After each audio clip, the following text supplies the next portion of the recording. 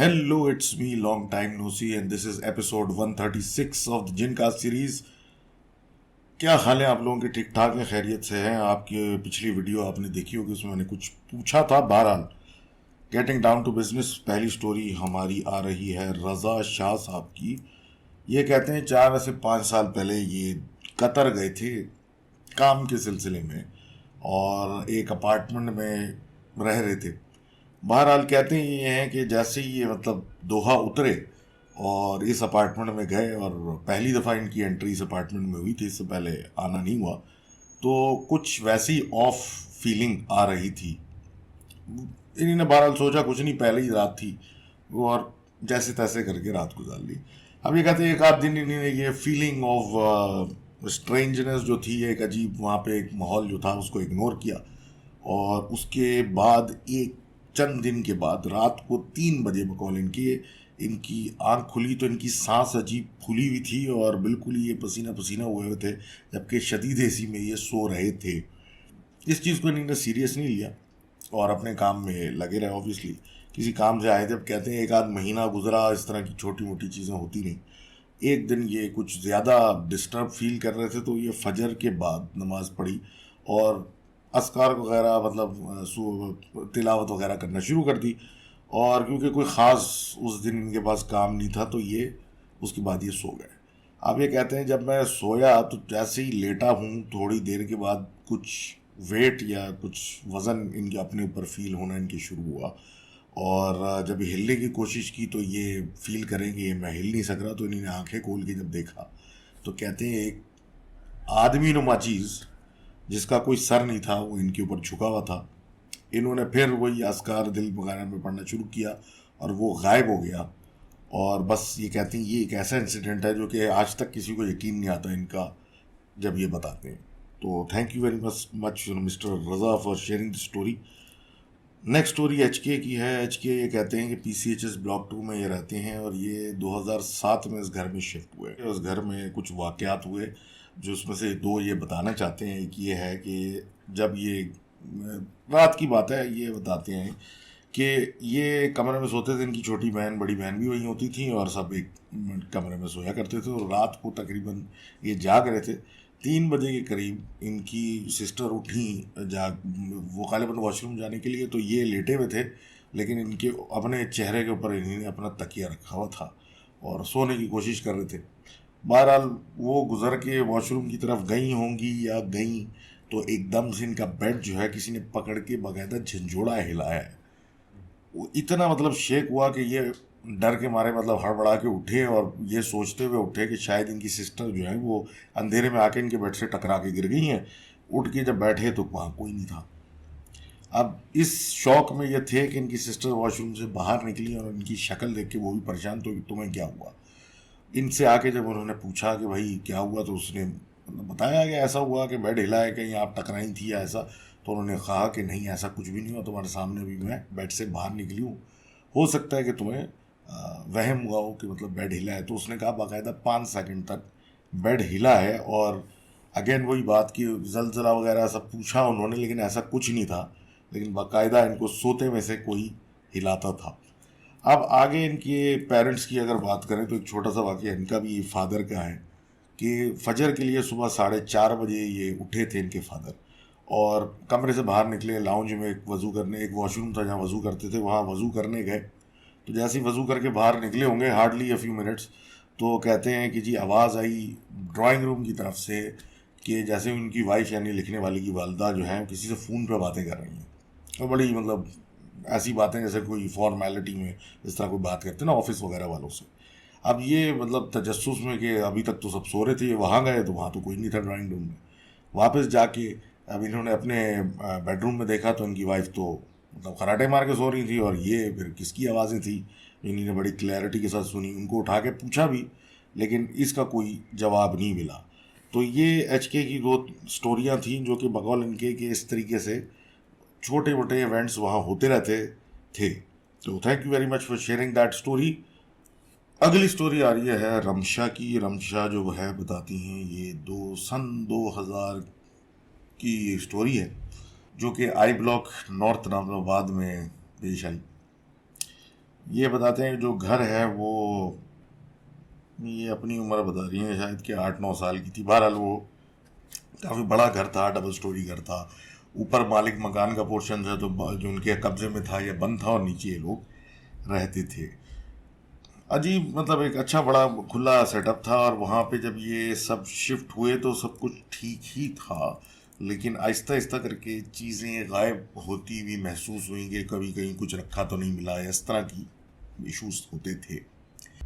अब स्टोरी ये है कि पहले इन लोगों ने इस चीज़ को इग्नोर किया और अपना सोचते थे कि शायद कोई छोटी मोटी चीज़ कोई ले गया होगा या कोई सफाई वाला ले गया होगा, वट एवर। पीछे इनका एक स्टोर भी था, वहाँ भी सामान इस तरह गायब हो जाता था, बड़ा स्टोर था, लेकिन इससे ज़्यादा कभी सोचा नहीं। अब ये कहते हैं ये सब आहिस्ता आहिस्ता चल रहा था मामला कि अब रोज़ इनको जो था लिखने वाली को ड्राइंग रूम के सोफे पे एक लड़की बैठी हुई नज़र आती थी जो इनको इशारे करके बुला रही होती थी, और वो नज़र भी सिर्फ इनको आती थी। ये कभी उसके पास जाती नहीं थी, लेकिन अब वही बात कि लोगों को बता रहे हैं, कोई यकीन कर रहा है कोई नहीं कर रहा है, सो ऑन। लेकिन ये एक सिलसिला एक न हो शुरू हो चुका था कि एक लड़की बाकायदा इनको ड्राइंग रूम में नज़र आ रही थी बैठी हुई सफ़ेद कपड़ों में। अब साथ साथ जैसे जैसे वक्त गुजर रहा था चीज़ें एस्केलेट हो रही थी। वॉशरूम में आग लग जाती थी कभी कभी, और बिला वजह मतलब कोई ना सर ना पैर, कहीं से छोटी एक जगह पे आग लग गई। बीच रात में कोई बेल बजा रहा होता था बड़ी तेज़ी से, आप देखने जाए तो वहाँ कोई नहीं होता था। और ये कहती हैं कि हालात ये थे कि मगरिब की अजान के बाद एक ऐसी दहशत फैली हुई होती थी, वहशत हो जाती थी एक मगरिब के बाद। अब जनरली घर पे इन लोगों के अलावा इनके वालिद वगैरह होते नहीं थे, और काम से देर से आते थे, तो ये इनकी वालदा या छोटी बहनें इस तरह ही घर पे होते थे। तो एक अलग ही किस्म का एक माहौल एक बना हुआ होता था।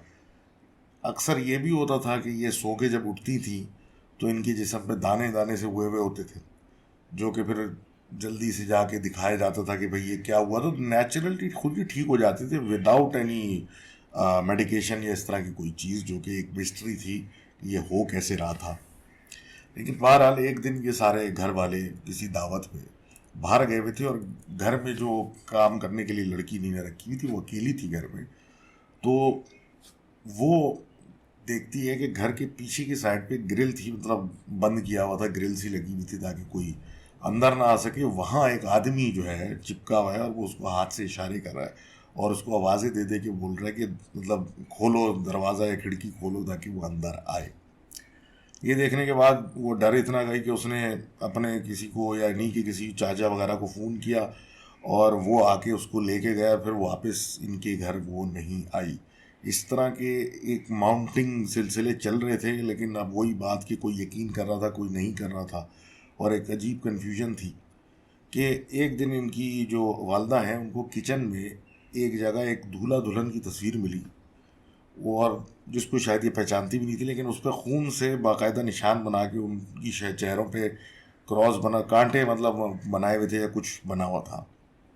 वो दिखाया गया सबको, और फिर उसके बाद जो है जहाँ से वो मिली थी उसको थोड़ा सा जगह को खोलने की, कैबिनेट को खुरेदने की कोशिश की, तो एक कीड़ों का भरमार वहाँ से बाहर आ गया, और पूरा जो था वो किचन कीड़ों से भर गया। अब ये कहते हैं इसके अगले दिन किचन के दरवाजे के बाहर से खून के बाकायदा प्रिंट्स मिलते, जो कि सीढ़ियाँ के साथ ऊपर की मंजिलों पर जा रहे होते थे, जो कि बंद था।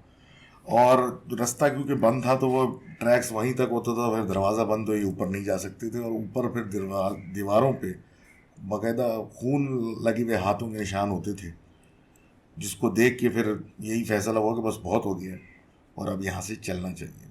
अब ये कहते हैं कि फिल्मों की तरह जिस तरह ये लास्ट डे सामान लेके जा रहे थे, तो फाइनल चेक करने जब एक घर का चक्कर लगा रहे थे कि कोई चीज़ ज़मीन पे या इधर उधर पड़ी तो नहीं रह गई, तो कहते हैं कि बाकायदा खिड़की दरवाजे और कैबिनेट्स खुल बंद हुए ताकि इशारा मिले कि बस आप यहाँ से जाएं। कहते हैं ये घर अभी भी खाली है, और वहाँ ये 1.5 साल रहे थे और उसके बाद उस तरफ कभी दोबारा नहीं गए। तो thank you very much for sharing that story. आगे बात करते हैं ज़ैनुल आबदीन साहब की, जो कि अपनी एक स्टोरी बेसिकली अपने गांव की स्टोरी बता रहे हैं। जो चकवाल के पास एक जगह है, उसका नाम है दंदोट या डंडोट, जो उसका सही प्रोनाउंसिएशन आप बता दिएगा। अब ये कहते हैं यहाँ पे एक बहुत पुराना गर्ल्स स्कूल है, जो कि मतलब ऑब्वियसली पुराने ज़माने का बना हुआ है, तो बड़ा बड़ा बड़ा खुला खुला सा बना हुआ है और काफ़ी एरिया कवर करता है। तो उसकी एक ख़ास जगह है, एक दीवार है बेसिकली आउटसाइड की तरफ। वहाँ पे कहा जाता है कि वो जगह थोड़ी ख़राब है और वहाँ कुछ चीज़ों का बसेरा है। और मगरिब के बाद जनरली उस जगह को अवॉइड करना चाहिए। अब ये कहते हैं ये पूरी जगह ही ऐसी है कि मगरिब के बाद सड़कें सुनसान होती हैं, लाइट्स होती नहीं हैं, अंधेरा होता है और काफ़ी इस तरह का मामला चल रहा होता है। अब एक रात शादी थी गांव में और देर तक लोग बाहर थे, तो दो लड़के जिनकी उम्र 20 से 25 साल की बताइए, ये एक उस शादी के एरिया की तरफ एक टब लेके जा रहे थे जिसमें मटन गोश्त था, क्योंकि शादी का खाना तैयार करना था वगैरह वगैरह। और ये वहाँ से गुजरे। अब कहते ये हैं कि एक लड़का जो था उसने देखा कि एक दीवार पे एक औरत बैठी हुई जो नीचे उतरी और उसने इनके साथी को, जिसका नाम जलाल था, उसे पकड़ लिया। और उसको पकड़, जैसे ही उसने पकड़ा वो लड़का नीचे गिर गया, बेहोश हो गया। बहरहाल उसको किसी तरीके से लेके गए, सब कुछ हुआ, लेकिन उसका बुखार काफ़ी दिन तक रहा। और फिर बुखार उतरने के बाद ऐसा भी होता था कि वो खुद से कभी कभी उस दीवार के पास जाके नीचे बैठा हुआ मिलता था, जो कि उसको भी समझ में नहीं आता था कि वो वहाँ क्यों आया, लेकिन वहाँ पे वो मिल जाता था। ये सब कुछ देखने के बाद और उस पूरी चीज़ को समझने के बाद एक साहब से कांटेक्ट हुआ। उन्होंने कहा कि एक चुड़ैल या जिन्नातनी का इस पे एक तरीके से कब्ज़ा है या साया है, और वो इस पे मतलब हावी हुई हुई है, जिस पे फिर उसका कुछ हुआ, इलाज वगैरह हुआ और वो नॉर्मल हुआ। उन्होंने ये बताया उन साहब ने कि इस जगह पे ये अजान के बाद ये आती है और बैठ जाती है, और जो भी यहाँ से गुजरता है उसके ऊपर मतलब उसके साथ कुछ करती है या कुछ उसको तकलीफ़ देने की या तंग करने की कोशिश करती है। और जिस रात ये लोग गुजर रहे थे वो वहीं बैठा हुआ था, मतलब वहीं बैठी हुई थी, और ये इसको मतलब ऑब्वियसली गोश्त लेके जा रहे हैं और सब कुछ, तो उसको एक फ्री टारगेट मिल गया था। अब ये कहते हैं कि वो जगह अभी भी मौजूद है, वो स्कूल अभी भी मौजूद है, लेकिन अब उस एरिया या उस ख़ास छोटी सी जगह के सामने से कोई नहीं गुजरता। तो thank you very much for sharing that story. अगली स्टोरी आ रही है मरियम की, जो कि एक क्वेश्चन है वो पूछना चाह रही हैं सबसे। कहते हैं 4 साल 5 साल पहले से ये सिलसिला शुरू हुआ। ये तीसरी मंजिल पे रहती हैं फैमिली के साथ, और इनको आदत है अपने ही ऊपर सहन में, टेरेस में टहलने की। अक्सर ये होता था रात को ये टहलती थी बाहर जब सब सो रहे होते थे, और क्योंकि ऑब्वियसली ये इंडोर एक सिक्लूडेड जगह है, अपना घर है, किसी ने कभी कुछ कहा भी नहीं।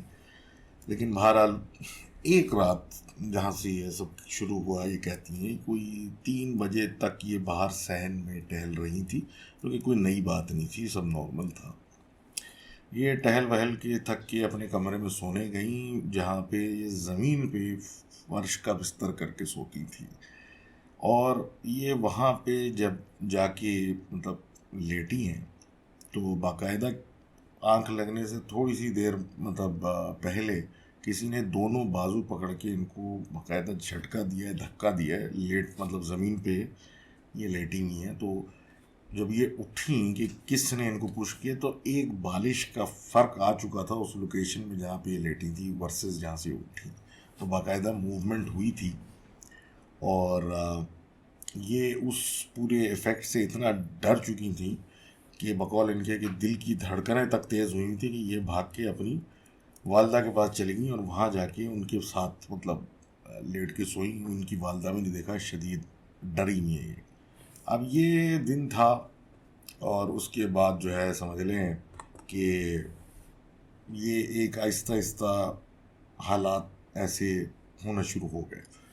अब ये बेड पे अपने वही बिस्तर पे सो रही होती थी, इनके पैरों की तरफ कोई आके बैठता था, ये उठ के देखती थी तो वहाँ कोई नहीं होता था।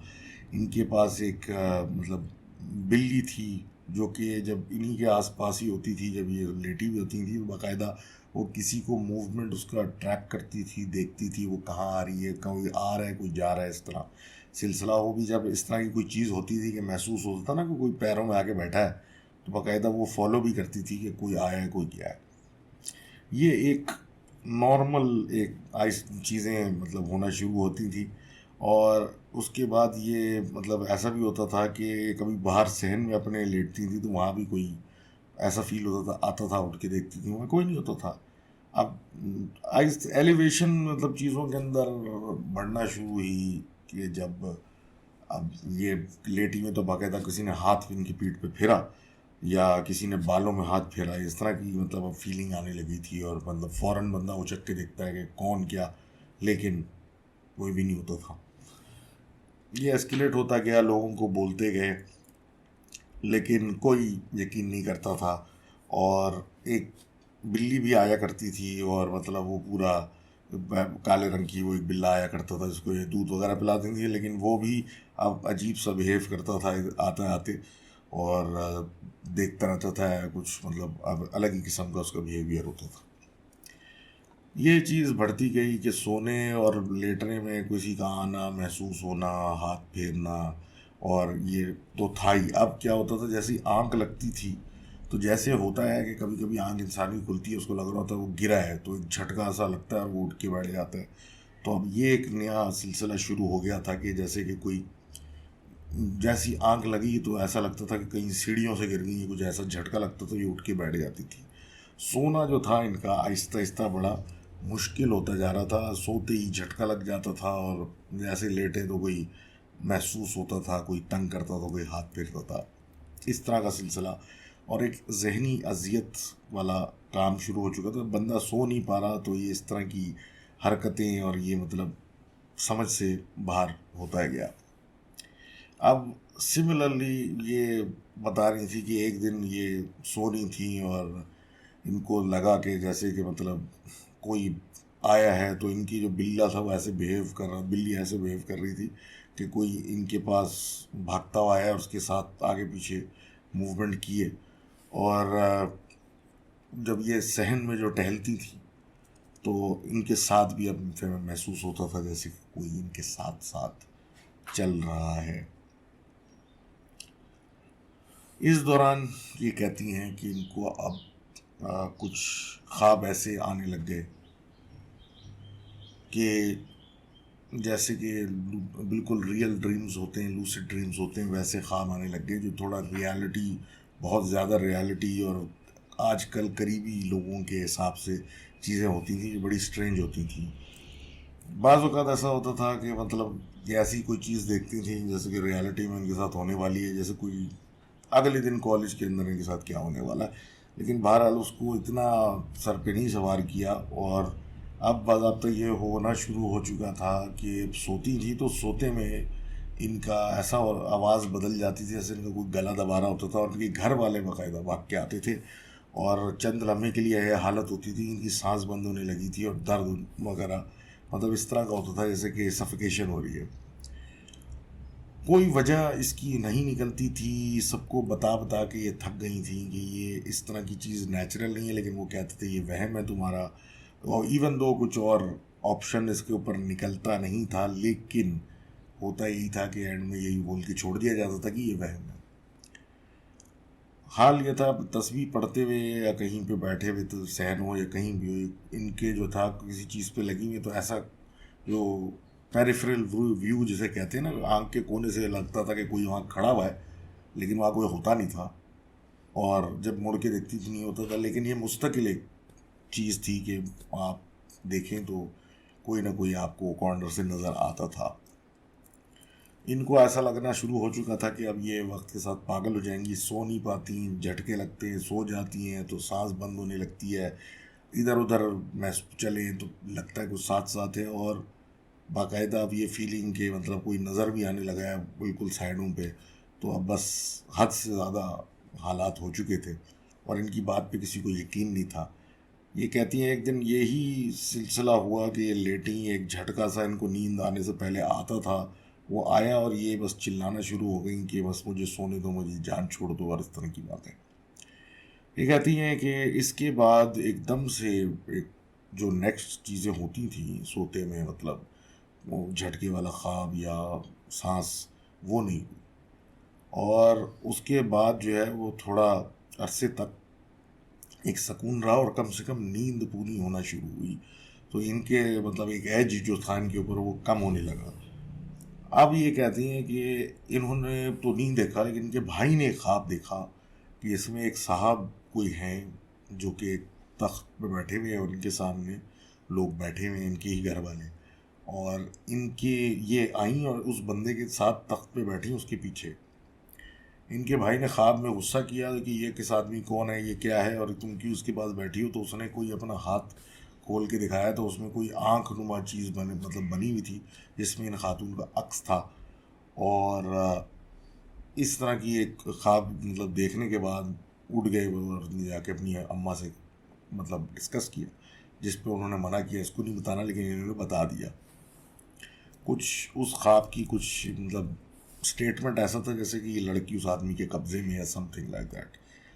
इन्होंने उसको उनको बता दिया है। और ये बजाय अब कहती हैं कि पहले तो ये हाल था कि हर चीज़ को देख के डर जाती थी, लेकिन इतने अरसे से ये हो रहा था और कोई इनकी बातें नहीं मान रहा था कि अब इनको जब ये ख्वाब बताया तो ये कोई ख़ास डर ही नहीं, लेकिन ये कुछ इश्यूज़ जो इनके चल रहे थे लाइफ में, जैसे कि इनकी पर्सनल लाइफ बहुत सफ़र कर रही थी, रिश्ता नहीं हो रहा था, इस तरह की चीज़ें वो एक एस्केलेट होना शुरू हुई और फिर बात जहाँ भी शुरू होती थी वो फ़ौरन ख़त्म हो जाती थी। और ये सब इनको अब समझ में आने लगा। अब ये कहती है कि एक्स्ट्रा चीज़ ये स्टार्ट हो गई है कि कोई इनसे बुरा करता है यूनिवर्सिटी या कॉलेज में। और मिसाल है कि एक इनकी दोस्त थी जिनसे इनकी लड़ाई हुई और इनका अच्छा खासा झगड़ा हो गया और उसने इनको कहा कि मैं तुम्हें एक हाथ में उल्टा हाथ मार के मुंह तोड़ दूँगी, ऐसी कोई बात की। तो उसका अगले ही दिन जो था कुछ ऐसा कुछ हरकत हुई कि वो गिर गई, उनका वो उल्टा हाथ टूट गया। अब ये रिलेटेड है अनरिलेटेड है इसका वहाँ पर ये कह रही है, खुद नहीं कह रही, लेकिन ये अब सवाल ये पूछती हैं कि ये सब चीज़ें अभी भी हो रही हैं और अभी भी घर वाले बोलते हैं ये वहम है, कोइंसिडेंस है। और इनको तो अब समझ में नहीं आ रहा ये क्या है। तो एक तो इन्होंने दुआ की इल्तिमास की है कि इनके लिए की जाए, दूसरा ये कि भाई अगर ये जो हो रहा है ये आखिर हो क्या रहा है, फिर अगर ये मेरा वहम है तो आपका शुक्रिया फॉर राइटिंग इन। और जैसे आपने कहा अल्लाह खैर करे और दुआ करते हैं आपके लिए आसानी की। और देखते हैं लोगों के क्या कमेंट्स आते हैं इसमें। अगली स्टोरी आ रही है मिस्टर जे की। मिस्टर जे कहते हैं ये कराची फेडरल एरिया में रहते हैं, दिल्ली कॉलेज के पास। सैटरडे, ये बेसिकली कोई स्टोरी नहीं है लेकिन एक इंटरेस्टिंग चीज़ है। कहते हैं कि इनके ऊपर कहा कि फैमिली के ऊपर किसी ने कुछ करवाया हुआ है और 99% जो है वो किसी करीबी ने करवाया हुआ है। घर में कुछ इश्यूज भी हैं, सब कुछ चल रहा है मामला, लेकिन एज सच लोगों को किसी को यकीन होता है, किसी को नहीं होता। अब ये लिखते हैं और ये स्टोरी 7:45 सुबह की है जो कि इन्होंने लिखी और भेजी और कहा कि मैं इस टाइम पे यानी मैं ऑफिस जा चुका होता हूँ, गाड़ी हमारी बाहर खड़ी हुई है, लेकिन इस टाइम पे जब सोचा कि बाहर निकलें किसी काम से क्योंकि भाई या किसी को जाना था, जो बाहर गाड़ी की बोनट के ऊपर एक तस्वीर अभी आपको दिखाई जाएगी, एक आधी या बकरा या बकरी का धड़ पड़ा हुआ था जो कहाँ से आया, कैसे आया, क्यों आया, कि कोई एक्सप्लेनेशन नहीं है। और मज़े की बात ये है कि भाई अगर चलें ये रॉ मीट इतना बड़ा अगर वहाँ पड़ा भी है और ये कहते हैं कि इनके इलाके में कुत्ते वगैरह बेइंतहा हैं, तो वो अगर कहीं से घसीट के लाएं तो उस गाड़ी के इन्हीं की गाड़ी के बोनट पे कैसे आया। और अगर चलो किसी और ने वहाँ फेंक दिया तो कोई जो इतने जानवर या कुत्ते वगैरह घूम रहे हैं वही उठा के खींचें या उसको कुछ करने की कोशिश करें, जो कि वो भी नहीं हो रहा और वो इनकी बोनट पे as per picture as it is पड़ा है। अब ये कहते हैं कि इनके जो भाई हैं उनको एक बहुत सीरियस मीटिंग में जाना था और सुबह उन्होंने फिर फैसला किया कि ये जो भी पड़ा हुआ है वो पानी और सब कुछ लेके बाहर निकलने लगे इसको बहाने के लिए। तो 8:08 का ये टाइम लिख रहे हैं कि 8:08 पे जब वो गाड़ी के बोनट धोने के लिए बाहर निकला तो वो पीस गायब था, वहाँ कोई गोश्त नहीं था, वो कोई ऐसा सिलसिला नहीं था और कुछ भी नहीं था। ये तो पानी पड़ते हुए ला रहे थे फेंकने के लिए ताकि गाड़ी को साफ़ करें और जो भी ये सिलसिला हुआ है वो ख़त्म हो, लेकिन अब वो चीज़ गायब है। इस तस्वीर को आप देख सकते हैं इस वीडियो में भी और मैं अपलोड कर दूंगा बाद में कहीं अपने फेसबुक पेज पे लेट से। तो आप खुद देख के अंदाज़ा कर लीजिएगा ये आपकी नज़र में क्या है। Is this okay, is this wrong, what is it. तो thank you for this submission. आगे बात करते हैं। अगली स्टोरी आ रही है हमारे दोस्त जो कि नाम नहीं बताना अपना चाहते फॉर ऑब्वियस रीजंस, और 2019 की ये बात कर रहे हैं। ये कहते हैं कि ये बाइक्स पे 6 बंदे निकल जाते थे, आगे पीछे घूमते रहते थे, और इसी तरह बलूचिस्तान वगैरह में ऐसे एरियाज़ जो थोड़े मतलब एडवेंचर टाइप कर एरियाज़ कह लें या ऑफ रोडिंग एरियाज़ वाले यहाँ वाली जगहों पे अब ये 2-3 दिन का राशन साथ में रख के निकल जाया करते थे। अब ये इनकी आदत थी। इसी तरह एक दिन ये 6 बंदे 4 बाइकों पे निकले, और कहते हैं उत्तल से थोड़ा आगे ऑफ रोड करते हुए ये 1-1.5 घंटा कहीं जाते हुए ये एक जगह पे आए जो कि थोड़ी पहाड़ी पहाड़ी जगह थी, मतलब बराबर नहीं थी, नीचे ऊपर थी। लेकिन वहाँ पे ख़ास बात ये थी कि फ्यू किलोमीटर्स तक तो कोई आबादी ही नहीं थी, सन्नाटा था। और दूसरा ये था कि इस जगह की सबसे अच्छी बात ये थी कि बहुत छोटा सा एक नहर सी एक थी जो कि वहाँ से गुजर रही थी। एक नहर बोल लें, रिवर बोल लें, जो बोल लें। और वो थोड़ा ऊंचा एक ऊंचाई पे एक दरख्त वगैरह था जिसका थोड़ा सा आया था, और नीचे उतर के थोड़ी मुसाफहत या क्लाइंबिंग डाउन करने के बाद आप जो है वहाँ पे रिवर तक पहुँच सकते थे।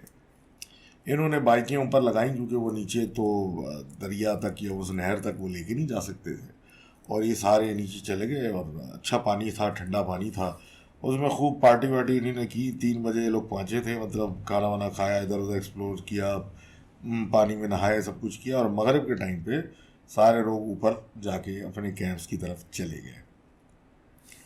अब 8 बजे इन्होंने रात को खाना वाना खा लिया था, और बस अब हालत, ऑब्वियसली मोटरसाइकिल चला के आप ऐसी रॉकी रोड्स पे तो हालत तो वैसी जाम हो जाती है, और आसान सवारी भी नहीं है मोटरसाइकिल ऐसे सफ़र के लिए। तो सब ढेर हो चुके थे, और बस आहिस्ता आहिस्ता लेटने की तैयारियां हो रही थी। तो इनके साथ में एक साहब थे, इनके जो पक्के दोस्त या थे, वो अपने पीने के लिए बियर शेयर लाए हुए थे, और काफ़ी पी चुके थे उस वक्त, और उनको फारिग होने की ज़रूरत थी। और वो बोल के गए कि बस मैं अभी आता हूँ, और आगे पीछे हो गए। अब सब अपने कामों में लगे हुए थे, अंधेरा हो रहा था, लेटने की तैयारियां थी, कोई कुछ कर रहा था, कोई कुछ कर रहा था। काफ़ी देर होने के बाद तो एक बात निकली कि वो साहब गए कहाँ। वो तो अभी तो गए थे, बस यूं गए थे, यूं आए थे वो। तो इन्होंने पूछा अपने कज़न वगैरह से कि वो कुछ दिखा था कहीं।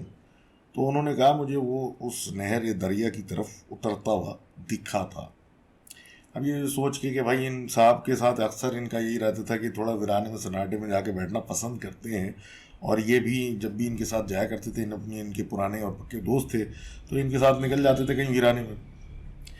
तो ये अपना मोबाइल उठा के और उसकी लाइट ऑन करके और वहाँ से नीचे उतरने लगे, क्योंकि वो नीचे उतर की जगह थी, कुछ मिनट लगते नीचे उतरने में वहाँ पहुँचने के लिए।